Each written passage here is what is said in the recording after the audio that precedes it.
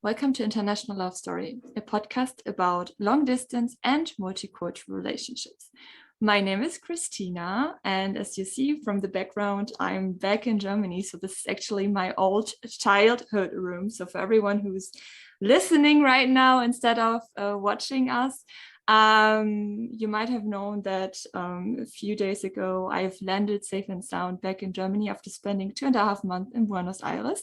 But obviously, this is not the topic we're going to talk about, because the topic we're going to talk about today, as it was highly requested, is the fact of culture shock. So we're going to cover in today's episode what exactly to expect when moving abroad, when being an expat. And I do have actually an expert sitting on the other side of my notebook, somehow to say, in Germany. Her name is Wiebke. And Wiebke is specialized on intercultural training as well as on expat coaching. And she has a wide range of knowledge when it comes to what to expect when moving abroad. As mentioned, this is going to be the topic we're going to talk about. And before we start and head directly into the conversation, I would like to give a warm welcome to Wiebke. Wiebke, thank you so much for being here today. I really appreciate your time because I know that you're very, very busy and that you're working on a lot right now. But before we get into that, I would like you to introduce yourself. Like, who are you? What are you doing? Tell us all about you. Thank you so much, Christina, for this nice introduction and for inviting me to your podcast. Yes, so as you said, my name is Wiebke and I'm an intercultural trainer and expat coach. I work with individuals and also for companies and help expats, help them prepare for going abroad and also help them when they're in the middle of culture shock and homesickness. And also accompany them after repatriation. So there's all the stages of expat life. And my personal background is I've lived in many different countries, also already as a child. So it's in total, it's 6 different countries. And yes, I have a lot of experience with moving to new cultures and culture shock and also reverse culture shock when you come back to Germany. So I've been back and forth 3 times. Yes, and all this experience is combined with an education as intercultural trainer and systemic coach. Mm-hmm. So yes, I hope to give you some good insights for your listeners. I'm actually quite excited to record this podcast episode with you, Wiebke, because after the experience I've made and after getting in contact with so many couples in the past few months, so we're doing this since 2 years already, like the biggest hurdle a lot of couples are having and a lot of international couples are having is because at some point you want to close the distance when you're in a long distance relationship, and that comes with either both are moving to a country, both just don't know, or the one is moving for the other into their home country. And that brings a lot of problems, a lot of unexpected problems with it, because you might think as soon as you close the distance, the work is done, happily ever after, but this is actually not how it works because the work just starts. And this is an experience I've made because I was under the impression as well once Nacho and I going to live together, which was in 2017, which was Miami, that from there on things they just going to be like in a fairy tale.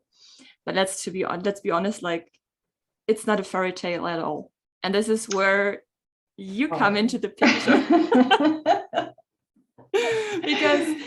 because it's just you do have a lot of expectations when moving abroad, and it's exciting, it's a lot of things. It's emotional. You say goodbye to your family and friends, and you don't really know what to expect, but you are under the imagination that everything just will be all right.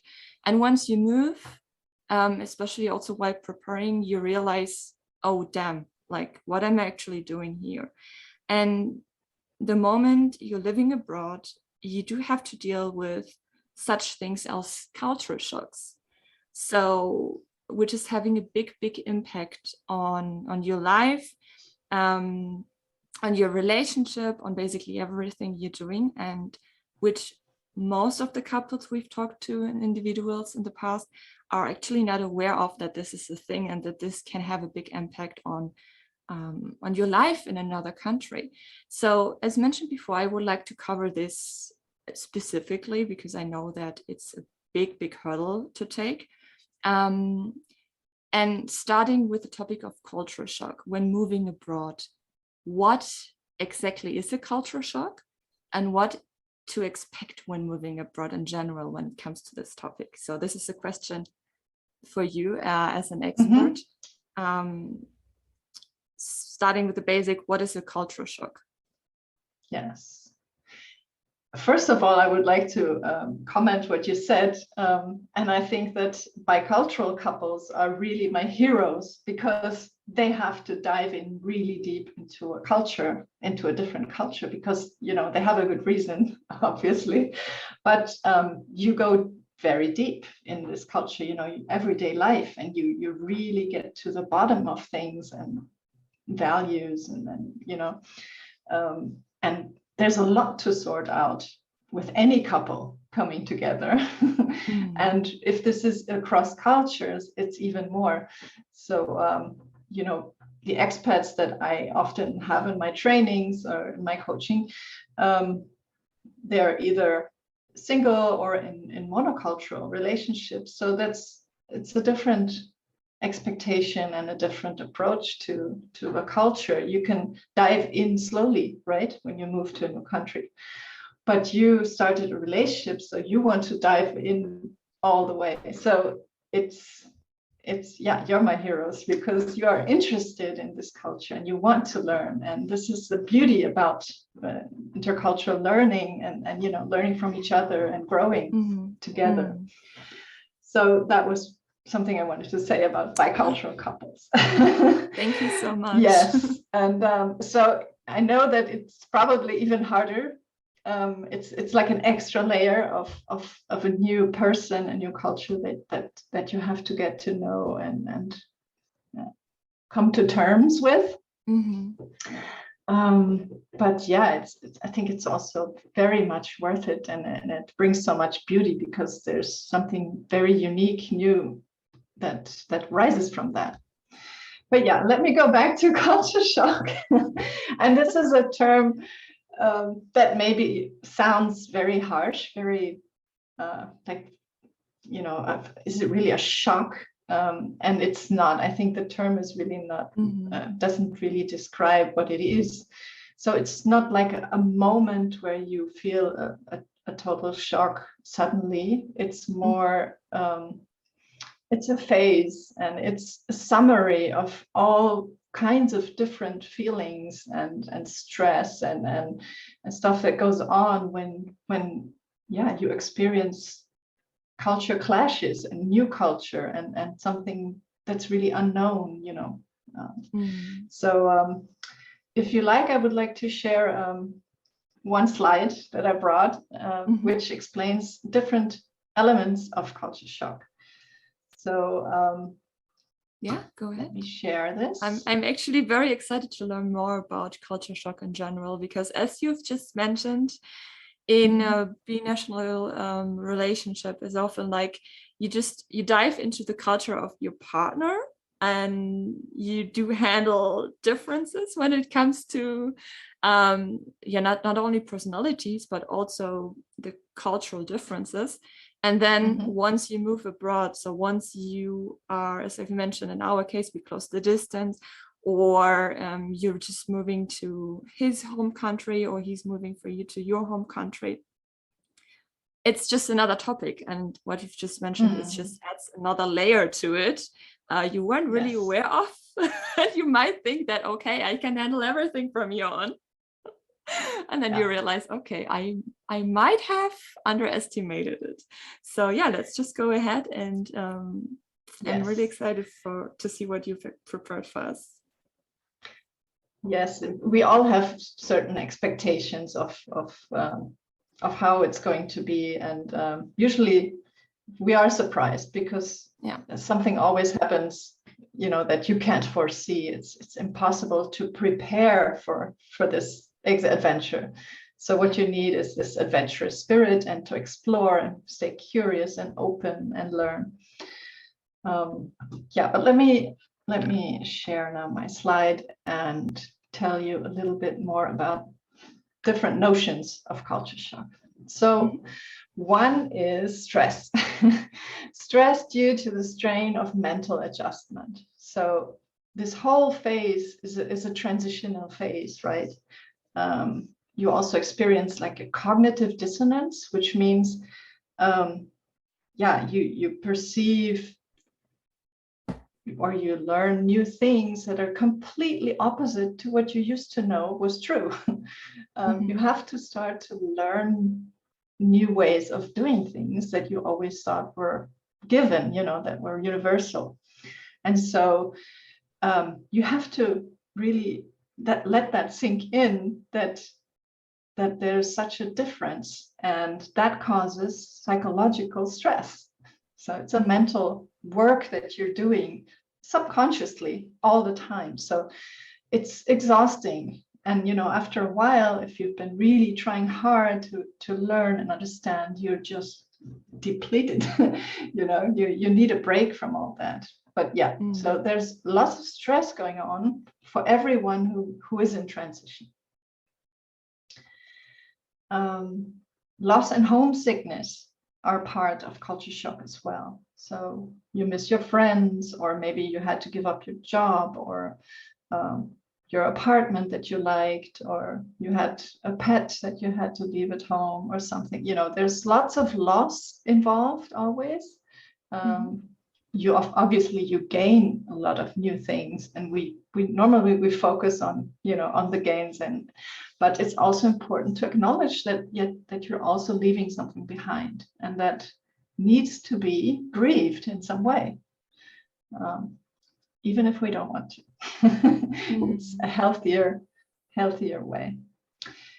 The next element would be rejection, because you feel rejected by members of the new culture, or you think, well, this is so strange, that you reject them yourself.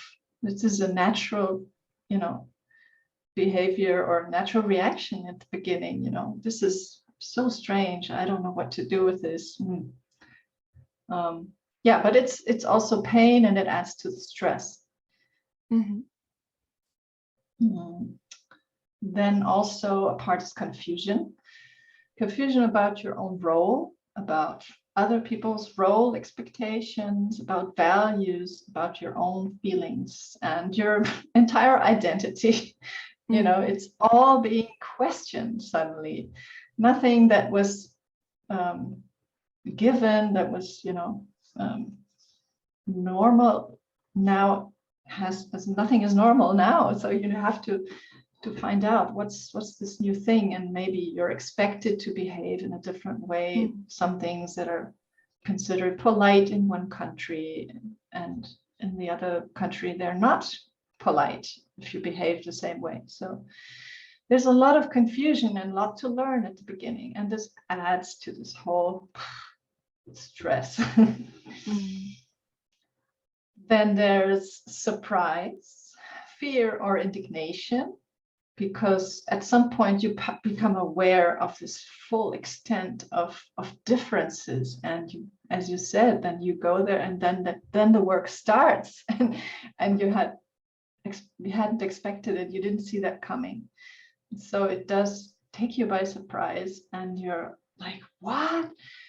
This is what it's like? I didn't know that, and this is just too much. So there's also the sense of indignation. And the last one would be helplessness, because you think you cannot cope with a new environment. It's just all too much, and sometimes you have to learn a new language, and you have communication problems. You can't even communicate your feelings or what you need, and so that obviously makes you feel really helpless. In some countries, you can't move around alone, or there's lots more, like climate adjustment, and all these things are really often underestimated. But the bottom line is, it takes time. You just need a lot of time to process this whole thing. And it's a phase. It passes eventually. And some people have it really long. Some people have it just very quickly. It depends on the circumstances and on the personality. Is it also because I feel like, talking out of my experience, I often had the feelings that all phases, they're like happening at the same time. So I was completely overwhelmed. Yes. I was like, what am I supposed to do now? I was lucky because I have a very strong partner by my side who was always capable and able of pulling me out there. But I also had to deal with depressions, which usually I never had to deal with before. And I had no idea where all this was coming from. I didn't recognize myself anymore, as you've just mentioned. I was so confused, especially in the beginning.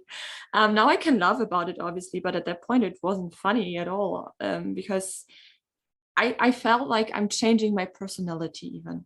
Yes. And I didn't recognize myself. So you've been talking to a lot of expats in the past as well.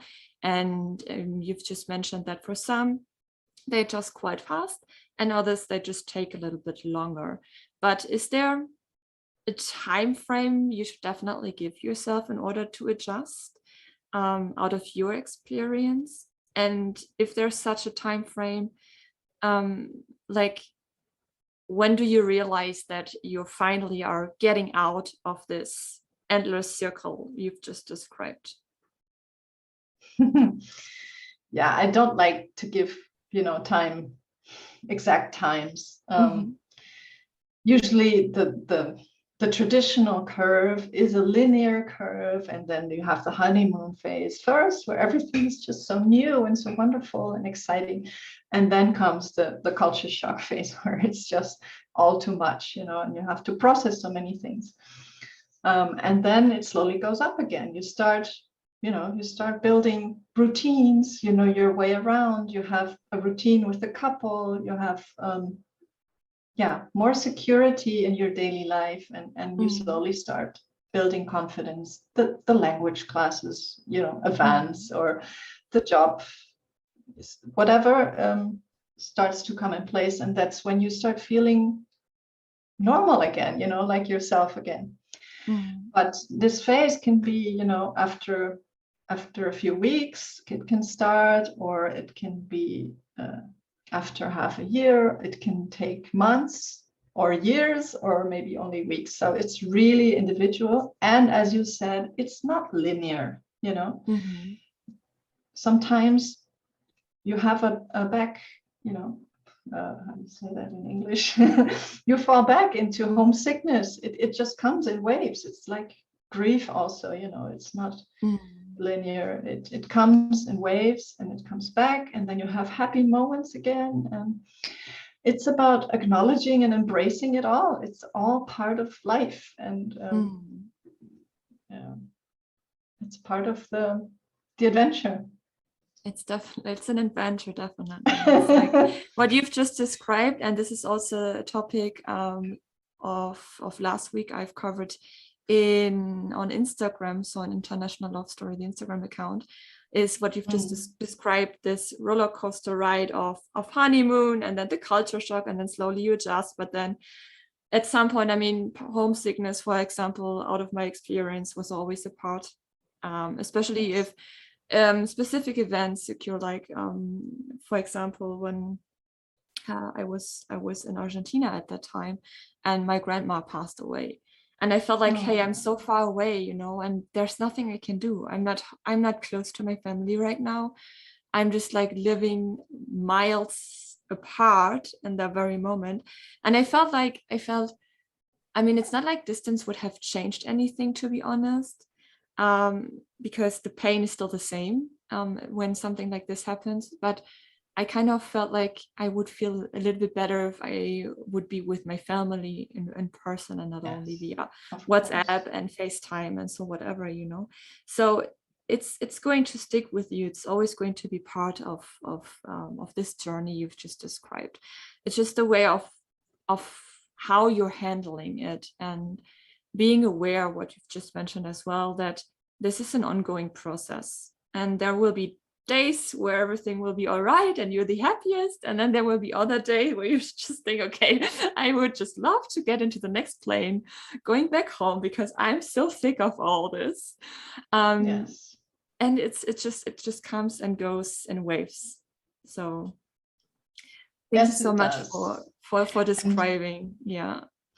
Yes, I'm so sorry for your loss, and you know, COVID has really brought some difficult situations into our lives with exactly the long distance relationships, and also when you're far away from your family and you can't go and see them. So this is also an extra layer of difficulty that we have to acknowledge, right?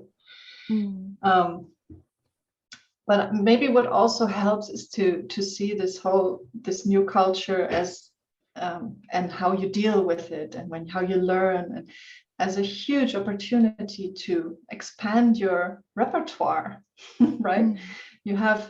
You can learn from this new culture. You can also learn new coping skills, how to go about in life.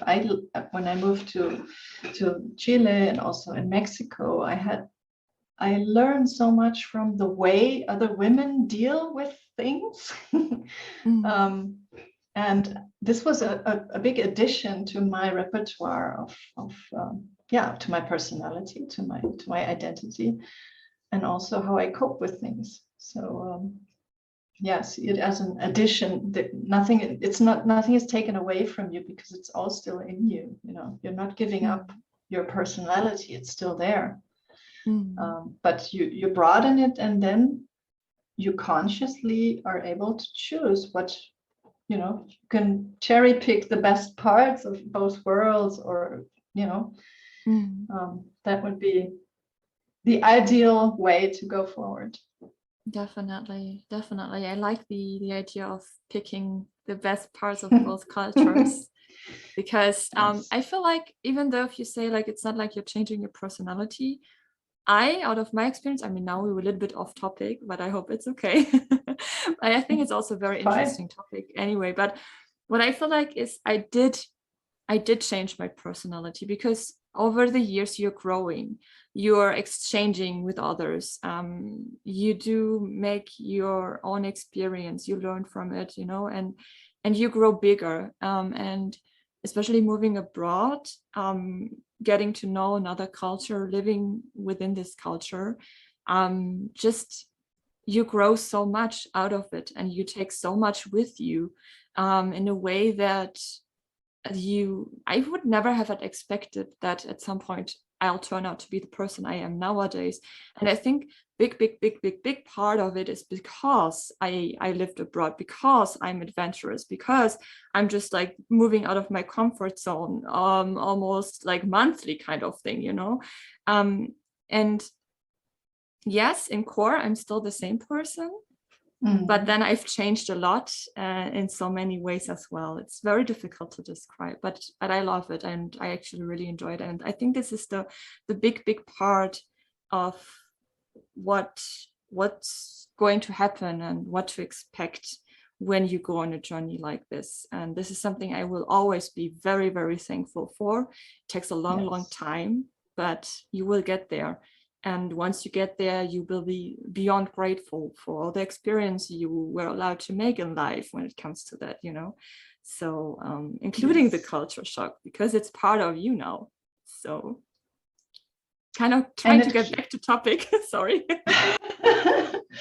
Yes, and you know, this adventure of life and growing never ends. I mean, I'm a bit older than you, so I thought, you know, at some point, I thought, now I've got it figured out, and also my relationship. But you come, you know, you get to next phases all the time. There's always something new, because even if you don't switch countries, you you grow older, right? And you develop your personality, you develop new things that you like, and motherhood, for example, is also a big change for. It's also a different culture inside the family, Then suddenly it's a different life, and so there will always be the new challenges. But if you've managed to really go through this already once, you have this confidence. I can do this,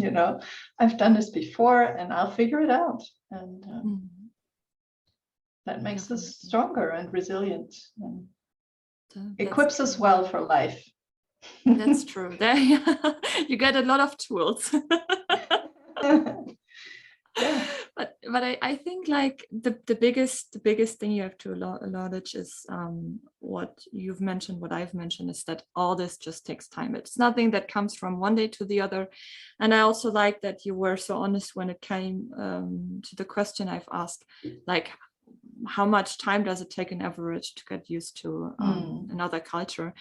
That there is no time frame, so that everyone is like, we are all individuals, we all have a history, we all have a little package we're carrying with us somehow, and this is also an experience I've made, because I asked the same question to our community on Instagram, so an international love story, and I got like different feedback. So it was like from 1 to 3 months to more than 12 months.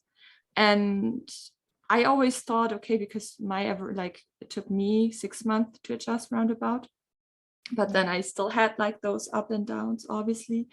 But I just love how different we all are and how we all deal with things in a certain way.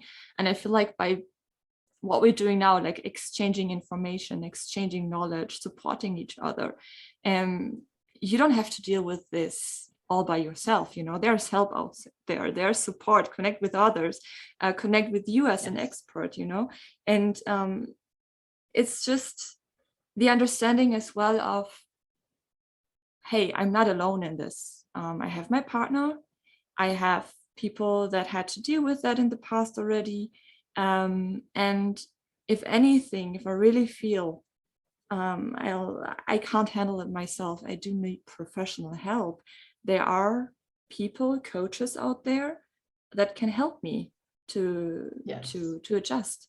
And this, I'm basically like trying to get you a little bit into the picture, because I know that you're specialized on expat coaching, but I also know that you are right now, you're working on a very, very special program, which I really love.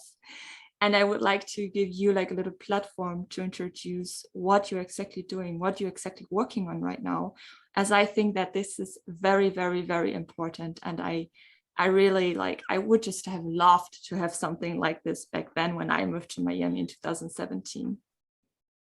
Yes, I'd be delighted to talk about it, because I'm in the middle of the creative process. And it's a beautiful project called Finding Home Within.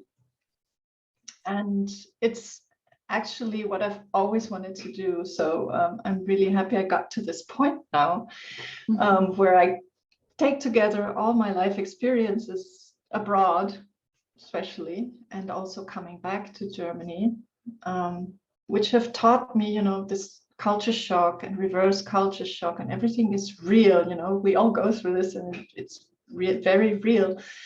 But in the end, where I don't have a home, a physical home where I was born, and my parents still live there, and I grew up there. I grew up in different places. So for me, home isn't any physical place anyway. So I've always thought a lot about identity and who am I if I'm change countries. That's why I'm also my company called Chameleon, because I adapt according to each country. And I've always struggled with identity issues I think through many phases of my life, and I've always asked questions, and I had coaching and even therapy and many things around this topic. So I've really gathered so many tools to explore identity and what this inner home means to me. So, you know, for me, it's a place of peace, where I can feel like myself at home anywhere. And from this place of peace, I go to the outside world, you know, and I interact. But yeah, the realization after having lived in many countries and coming back, that it's not so much the outside world that causes the culture shock. It's how I perceive it. It's inside me, how I look into the world. So my perspective and my beliefs and my behavior patterns and, you know, the inner child, all this influence of culture, all these things play a role. So, but I think we need to look on the inside first and find peace inside first, and then we are able to go outside and have good relationships and you know, feel at home wherever. Taking home with you. Yes. May I so ask yeah, you? that's this. Sorry. Yes, I wanted to add that this is the program that I'm putting together is a 6-week coaching program, a group coaching program. So we will have a small group, and it will stay in this group. We will stay together for 6 weeks, and that is also, you know, I will put my expertise into it, but also this whole group setting is so enriching, and this exchange with other international people, global nomads, multiculturals, that all ask themselves the same question, you know, where can I find this home? and where can I just feel at peace? And so this exchange is also very valuable with the group. Definitely. Yeah. And it starts soon. It starts in February. I will start with the beta group, you know, the test group. And we'll see how that goes. When is it going to start officially? What do you think after the beta group?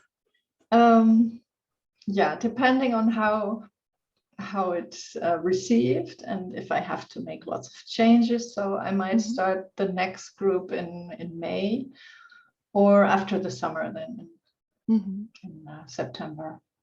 Yeah. So what I definitely do is I'm going to place all the information, including your website as well as your social media accounts in the side notes. Thank you. For everyone who's listening and for everyone who's watching, definitely check it out, especially if you're about to move abroad, or if you've moved already and you can relate with the topics we've just covered, which is actually now much more than just the culture shock. So we've covered the topic of moving in general, of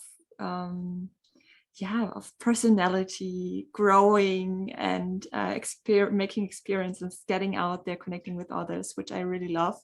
That we got into several topics, but obviously we can't cover them, all of them. It's all related, that's true.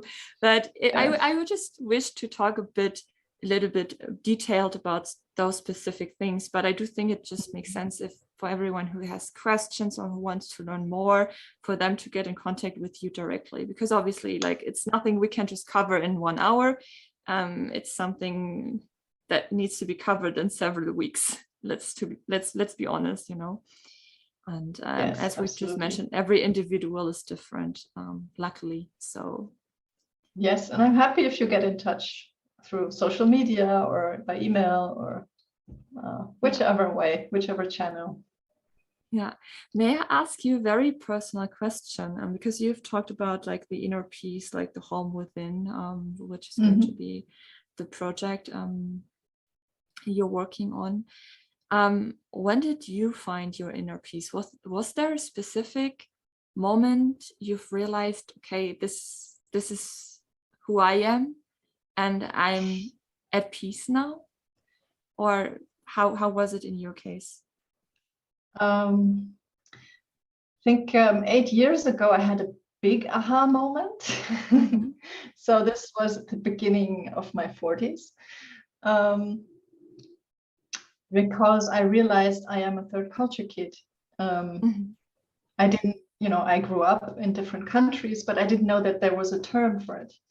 And with this whole realization, and I started reading books about third culture kids, and there's lots of literature about identity or lots of bits and pieces in this TCK literature. And this helped me realize so much about myself and to normalize it, that I'm not the only person and not an alien. And it helped me normalize it and accept this chameleon identity I have as something good and not something bad, and I think that was the moment where I really felt a lot more peaceful with who I am. But I couldn't say that I'm there yet, I maybe the Dalai Lama is there, but I think he's the only person who has found complete inner peace. So it's a journey, and but it's one well worth taking. And I've also worked a lot through my repatriation lately. So even now, still resolving issues I had from my last repatriation, which has helped me realize that this is good where I am now. And if we move away in a few years, it'll be fine, but there's no rush. And, to feel comfortable where I am right now with my family and the life that I've created intentionally. I started this business, I became coach. This is all things that I wanted intentionally. I moved towards my values, my goals in life. I realized what I want in this world, what my purpose is, and these are really big realizations. And then you know what to do, and that gives you a lot of inner peace. But I'm not fully there yet, so it's always work in progress. Yeah, it's most probably always going to be like kind of a never-ending story, but like looking back 8 years ago and nowadays seeing the person you've become, you must be very proud of yourself. Sometimes I don't see it myself, but but I think it's important to look back from time to time to realize what you've achieved already, who you are nowadays, what I've just mentioned, the personal growth, and I mean, especially in your case, looking back and realizing how many people you've helped already with what you're doing, which I think is incredible. And that's one of the best things in life you can do, like leaving an impact in life and leaving a footprint. And it's so fulfilling, It is, exactly what I want to do. So that gives me lots of energy, and that's the purpose, that I was looking for. Is there one big advice you would like to share with everyone? I don't know if I just have one big piece of advice. I mean, I said so many things already.